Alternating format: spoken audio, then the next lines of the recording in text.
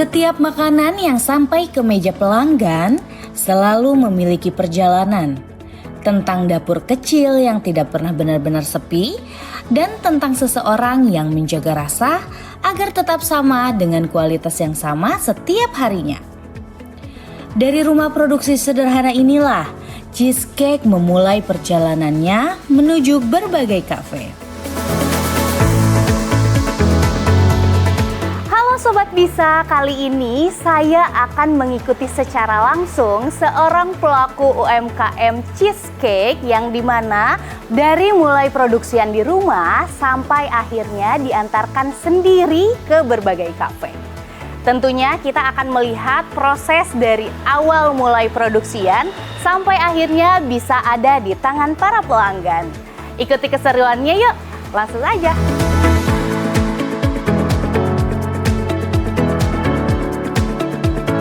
Nah Sobat Bisa, kali ini Nurul sudah ada di dapur Kala Ceria bersama ownernya. Hai Kak Ayu. Nah kali ini kita mau bikin cheesecake dengan resep rahasia. Kalian cuma bisa nikmatin di online saja toh. Sekarang aku bisa lihat secara langsung bagaimana cara pembuatannya. Apa dulu nih Kak? Ya. Untuk proses pembuatannya? Bahan-bahannya aja dulu kali ya. Bahan-bahannya di sini ada bahan utamanya cream cheese yang lumayan susah didapat di Kendari. Terus ada ya telur, terus gula, tepung, sama ada whipped cream. Ini kelihatannya bahan-bahannya premium ya, premium tentu saja. Untuk Untuk rasa yang enak bahannya harus premium. Nah itu perlu di-highlight ya guys. Untuk rasa yang enak itu membutuhkan bahan-bahan yang premium. Ayo kita mulai aja kali ya Kak ya. Nah sebelum mulai kita apa dulu nih Kak? Yang pertama-tama kita. Ya, jadi yang paling pertama itu kita pastikan bahwa cream cheese-nya ini ada di suhu ruang sekitar kurang lebih 120 menit atau 2 jam. Itu biar apa? Biar kalau kita baking dia tuh nggak menggrindil, nggak menggempal. Karena ini kan cream cheese ini agak tricky karena dia harus disimpan di chiller dalam keadaan tidak beku tapi tidak juga suhu ruang. Oh gitu. iya betul. Jadi dia harus dikeluarkan dulu dari chiller, didiamkan di suhu ruang sekitar 2 jam, baru bisa kita mulai pakai untuk penggunaan cheesecake ini. Jadi awalnya kita harus mixer dulu biar adonannya ini enggak grindil. Oh oke. Kita mulai kali ya. Kita mulai kali ya. Aku pakai ini. Pakai ini dulu ya teman-teman biar higienis, tidak terkontaminasi. Nah. Karena di Kala Ceria ini itu kehigienisan adalah nomor 1, betul Kak? Betul dong. Jangan sampai kalian berkotor-kotor ria. Karena kan sebenarnya dairy product itu gampang terkontaminasi oleh bau, oleh debu. Jadi sebisa mungkin harus higienis. Sudah ready? Mari kita berperang melawan bahan-bahan premium ini.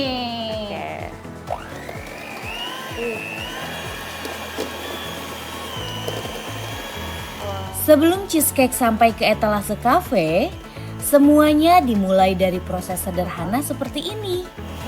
Ini masih agak Nanti pas halusnya ya. Ini sampai halus banget. Biasanya pakai besar agak gede. Karena bagi pelaku usaha, rasa adalah kepercayaan yang harus terus dijaga. Dari proses kecil yang terus diulang setiap hari inilah, usaha perlahan mulai tumbuh. Ini perlu, untuk mixer ini aja tuh perlu kekuatan yang cukup kuat ya, Besti. Berotot sih bisa. Ini dalam 1 hari tuh bisa berapa kilo cheesecake yang di mixer? Kalau kilonya, pokoknya hasilnya itu sekitar 30-50 loyang tuh bisa. Cuman kan kami tuh terkendala di penyimpanan. Cheesecake itu harus ada di suhu chiller terus. Jadi karena penyimpanannya terbatas, otomatis kita juga open ordernya juga terbatas. Oh begitu. Tapi ini kalau misalkan pesan mendadak bisa? Pesan mendadak bisa karena ready terus kan tiap hari. Iya. Jadi kami readykan dulu baru open order. Oh begitu. Tapi kalau ada custom tertentu, misalkan ada yang ulang tahun, anniversary, atau hari-hari spesial lainnya, itu bisa custom H-1. Oh, nah jadi buat teman-teman yang mau cobain nih ya, di sini itu kalian cepet-cepetan karena bahannya premium, kualitasnya oke, harganya juga murah toh Kak. Ya, jadi di sini tuh teman-teman di Kendari khususnya saling berebutan untuk Bisa cobain. Iya, untuk bisa cobain si cheesecake ini. Di dapur produksi ini, semua dikerjakan dengan penuh ketelitian. Takaran bahan yang diperiksa satu persatu agar rasa tetap konsisten di setiap cheesecake yang dibuat.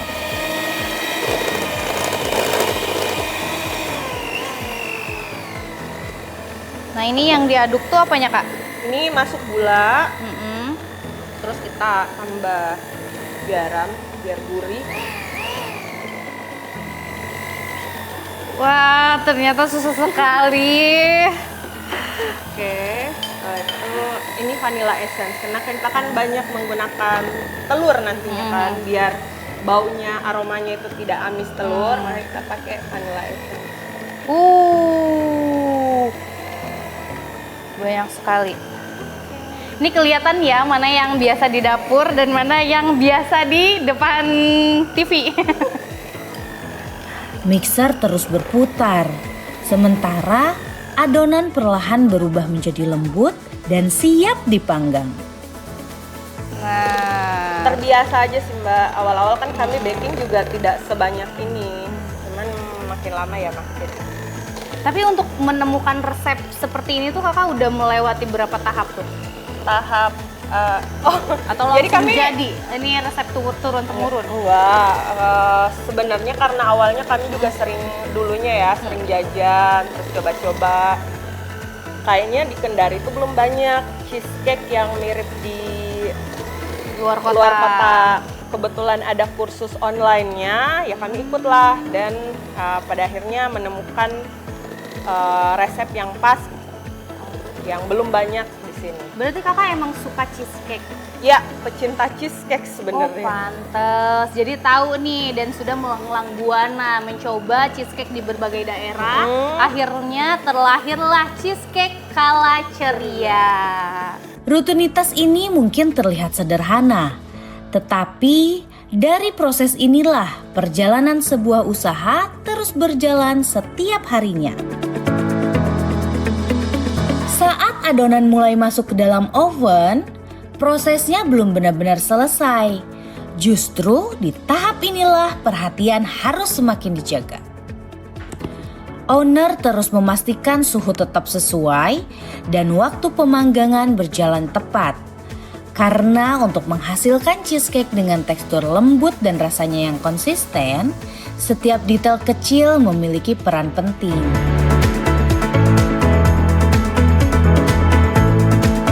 Dari rumah produksi ini, usaha kecil mulai bergerak menuju pelanggannya.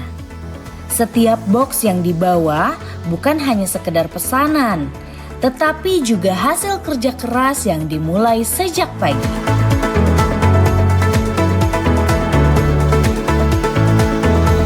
Setelah semua pesanan siap, perjalanan berikutnya pun dimulai. Satu persatu box cheesecake dibawa menuju kafe-kafe yang sudah menunggu kiriman hari ini. Karena cheesecake ini harus di suhu chiller, terjaga suhunya, maka kita gunakan box dari yang dilapisi dengan aluminium seperti ini. Kayak gitu. Ya, nggak usah. Rutinitas ini hampir selalu dilakukan setiap hari. Menempuh jalan dari satu tempat ke tempat lainnya, sambil memastikan setiap produksi tetap sampai dalam kondisi terbaik. Karena bagi pelaku usaha, menjaga kualitas bukan hanya dilakukan saat produksi, tetapi juga sepanjang perjalanan hingga cheesecake benar-benar tiba di tangan pelanggan.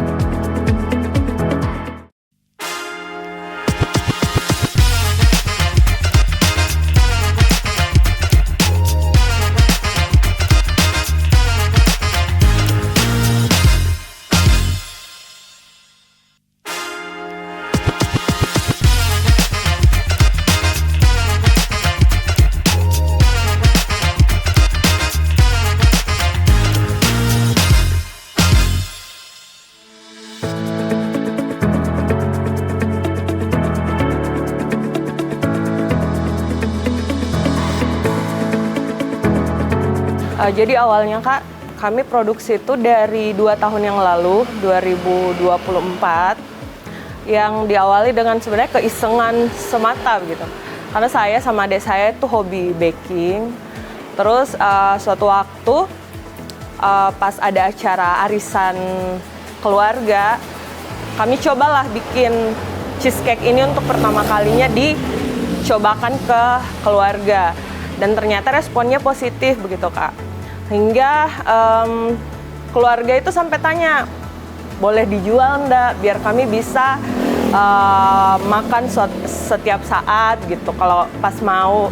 Dan ternyata begitu kita open PO, banyak Kak yang memberikan kesan positif terhadap cheesecake ini. Jadi karena bakingnya itu sesuai mood, jadi bikinnya itu pas lagi ceria saja Kak, pada saat itu awalnya ya. Jadi zaman awal muncul Kala Ceria itu kami memberlakukan sistem PO. Jadi ketika kami merasa lagi mood nih bikin kue, baru kami buka PO-nya. Makanya namanya Kala Ceria, cuma pada saat ceria saja waktu itu bikinnya. Tapi karena selalu ada permintaan bahwa Kak sebaiknya sistemnya jangan PO, karena kami kayak mau menunggu itu lama begitu. Terus juga kami memposisikan diri sebagai customer bahwa PO makanan itu sebenarnya tidak enak Kak. Karena saat memesan makanan kami maunya menikmati saat itu saja. Jadi ya sudah, kami berusaha untuk meridikan itu tiap hari. Yang membedakan kami dengan dessert lain Kak, kami konsisten dari segi rasa. Kebanyakan sebagai customer yang sering jajan, sering icip-icip kuliner lain, kami merasakan bahwa kebanyakan F&B itu makin lama cita rasanya itu berubah.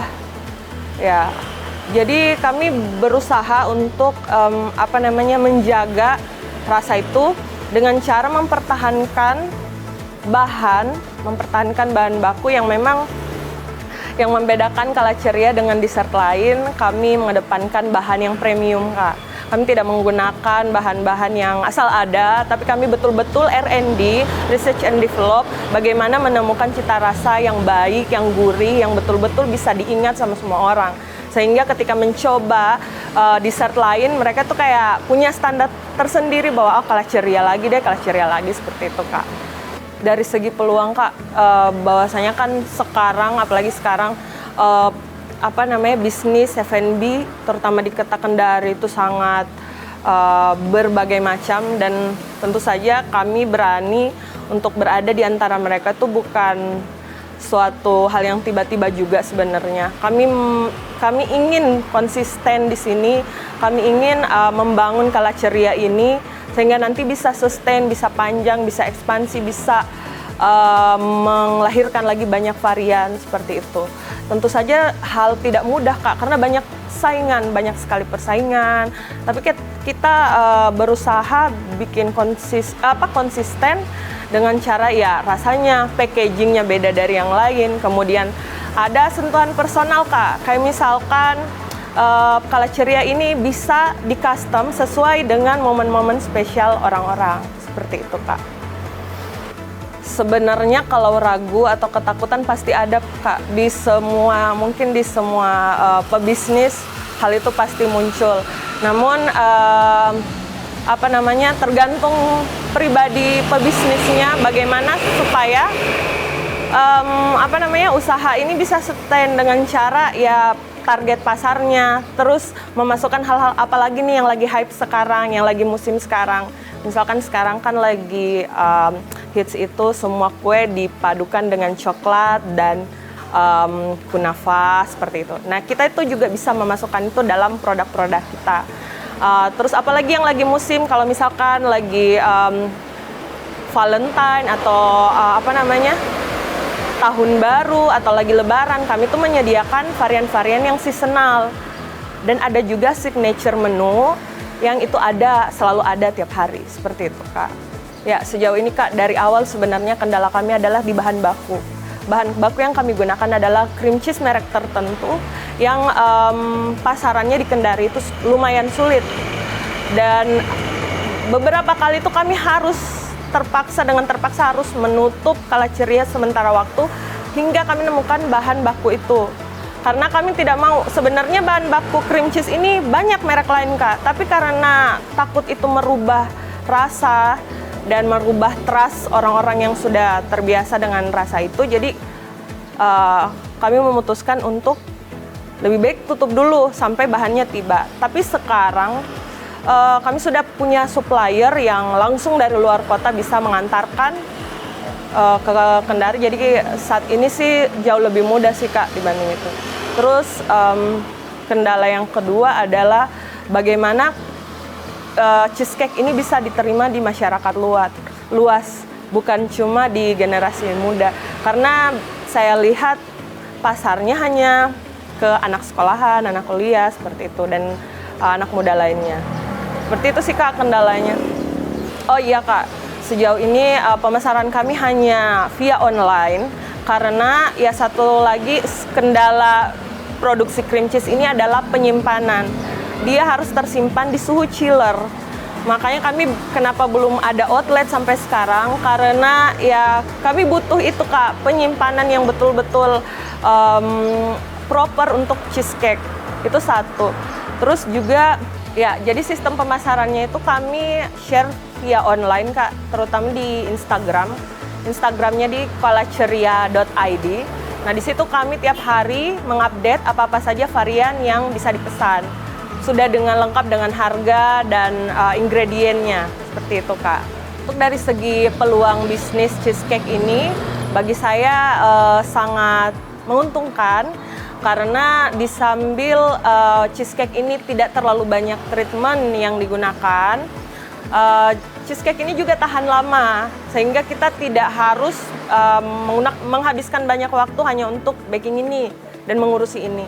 Terus saya juga punya pekerjaan lain, namun bisnis ini tetap bisa jalan karena itu manajemen waktunya. Karena bisnis ini tidak, ya seperti tadi saya bilang Kak, tidak terlalu banyak hal yang mesti diurusi.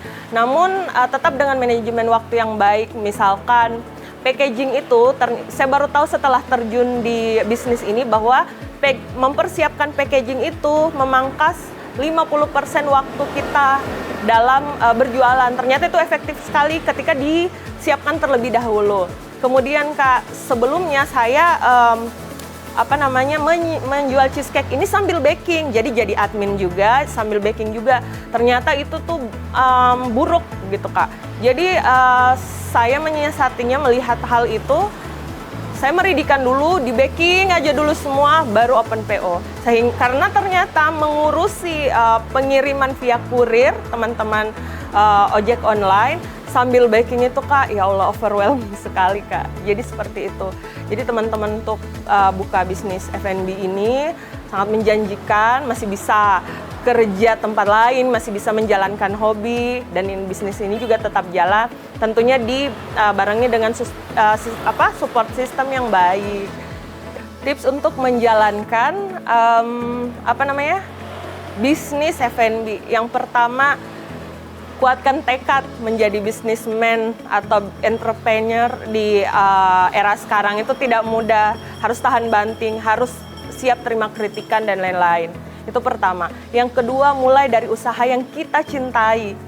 Terus yang ketiga adalah manajemen waktu. Manajemen waktu itu penting karena ya waktu adalah cuan. Jadi begitu kita pintar atau bisa cerdas memanage waktu, banyak hal yang bisa kita tangani selanjutnya. Terus juga bisnis kita bisa tertangani dengan baik. Kemudian belajar, itu sih yang paling penting Kak, belajar. Belajar bukan cuma di awal untuk membentuk bisnis itu bagaimana, tapi belajar untuk bagaimana bisnis ini bisa sustain nantinya, bagaimana bisnis ini bisa luas di pasaran, bagaimana bisnis ini bisa dikenal baik tua maupun muda, seperti itu Kak. Tips terakhir, pelajari yang tren di sosial media. Karena sekarang orang kiblatnya itu melihat sosial media apa nih. Nah seperti itu bisa, karena kalau kita tidak mengikuti tren, kita tuh gampang tertinggal, gampang dilupakan, seperti itu Kak. Dan yang terakhir, punya bisnis itu tidak harus punya outlet dulu. Bisa kok dimulai dari dapur yang sederhana, bisa dimulai dari peralatan yang apa adanya. Kalau itu sudah grow, baru kita bisa membeli peralatan-peralatan yang proper untuk mendukung bisnis kita berjalan. Kayak harapan kami sebagai UMKM, ya, apalagi seperti saya, ada support dari pemerintah terkait legalitas. Saat ini pengurusan legalitas itu masih bisa dibilang ribet.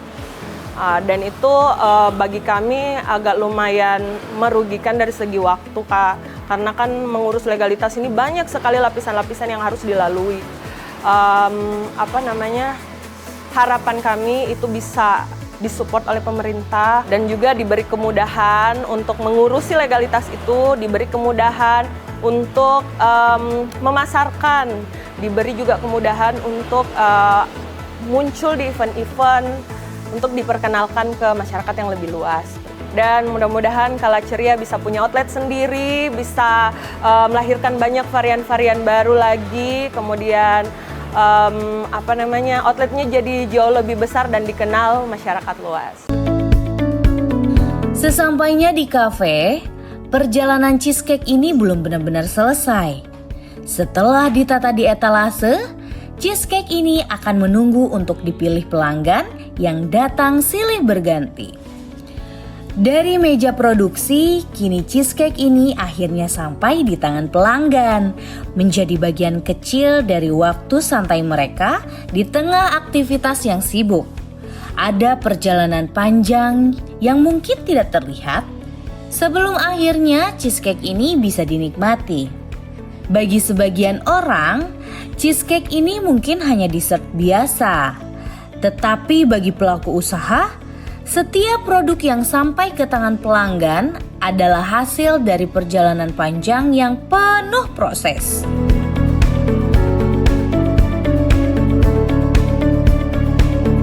Nah Sobat Bisa, kali ini kita sudah ada di salah satu kafe yang menyediakan cheesecake dari Kala Ceria. Ini adalah hasil jeripayahku, hasil jeripayahku. Mari kita cobain nih.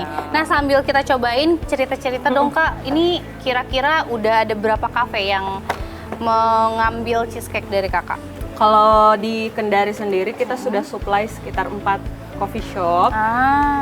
Tapi kalau di luar Kendari, di Kolaka itu ada 1 coffee shop yang kami supply cheese tartnya sama dessert lainnya. Lumayan Jadi bukan cuman cheese tart ini, ada cheesecake matcha yang tadi sama dessert box juga ada. Oh, jadi bisa banget nih untuk dipilih-pilih ya Kak ya. Teman-teman ngopi cantik toh di coffee shop. Ditambahin kopi, matcha, itu tambah nikmat banget. Betul. Kak, tapi tips dong nih rahasianya agar menjalin kerjasama yang terus panjang itu seperti apa dari sisi owner seperti Kakak ini? Kalau coffee shop itu kita anggap kan kayak mitra terdekatnya Kala Ceria. Jadi cara kami memperlanggeng lah hubungan ini ya. Yang pertama adalah kita menjaga cita rasa. Dengan cara ya tadi mempertahankan bahan-bahannya, kemudian konsistensi, tekstur dan lain-lain. Terus yang kedua itu yang paling penting adalah membangun komunikasi yang baik dengan mitra-mitra. Karena kan kalau kita tidak membangun komunikasi yang baik dengan mitra-mitra kan banyak saingan, apalagi yang sekarang kan bukan cuman Kala Ceria yang bisa supply dessert-dessert di coffee shop itu. Jadi yang seperti itu sih, 2 itu tadi sih. Nah Sobat Bisa, jadi kita sudah mendengar ya bahwa poin utamanya dari kerjasama itu adalah komunikasi. Seperti itu. Ini jujur ya Kak, cheesecake-nya lembut banget, terus rasanya juga mewah. Jujur nih Kak, lihat deh, selembut ini hasil cheesecake-nya, dan ini pas waktu dimakan, yang bikin tadi pas dimakan, ini beneran premiumnya itu kerasa, manisnya nggak too much, terus ada hint asemnya dikit, itu dari cheese-nya, jadi ketemu dengan tartnya yang crunchy, cheese yang lembut, itu nikmat banget. Ada gurih-gurihnya. Kayaknya aku mau order langsung deh sama ownernya ya. Nah Sobat Bisa, itulah dia proses dari pembuatan cheesecake, mulai dari proses bakingnya, kemudian proses sampai di antar ke kafe-kafenya. Di balik itu semua, di balik cerita itu semua, kita tentunya bisa mengambil tentang semua produk yang kita nikmatin itu ada proses-proses di balik layarnya. Betul. Tentang pembuatannya, tentang marketingnya, komunikasinya, itu yang memang kita harus dijalin dengan seksama ya, dengan baik. Oke, Sobat Bisa, di balik cerita hari ini kita belajar tentang bagaimana produk yang kita nikmatin, tentunya di balik layar ada proses yang panjang yang tidak terlihat. Terus dukung UMKM karena dari proses-proses kecil ini banyak sekali harapan yang tumbuh menjadi besar. Jangan lupa saksikan terus Bisa, bisnis dan usaha, UMKM bisa, masyarakat sejahtera.